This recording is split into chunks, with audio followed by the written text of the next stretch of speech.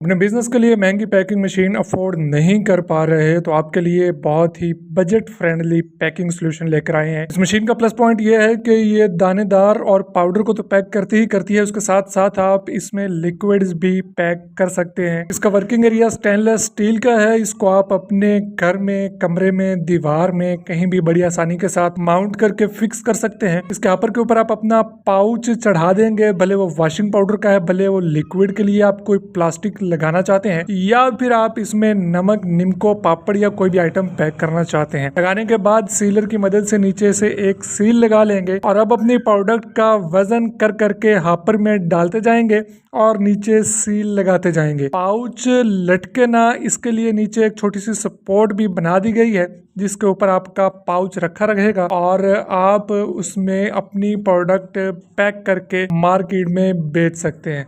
ये मशीन आपके बिजनेस में, आपकी पैकिंग में बहुत ज़्यादा सहूलत लाने वाली है। अगर आप इस मशीन को खरीदने में इंटरेस्टेड हैं तो नंबर आपकी स्क्रीन पे आ रहा है। इसके अलावा नीचे व्हाट्सएप का बटन भी दिया हुआ है, आप इस बटन पे क्लिक करके भी BS मशीन्स की पैकिंग मशीन को खरीद सकते हैं।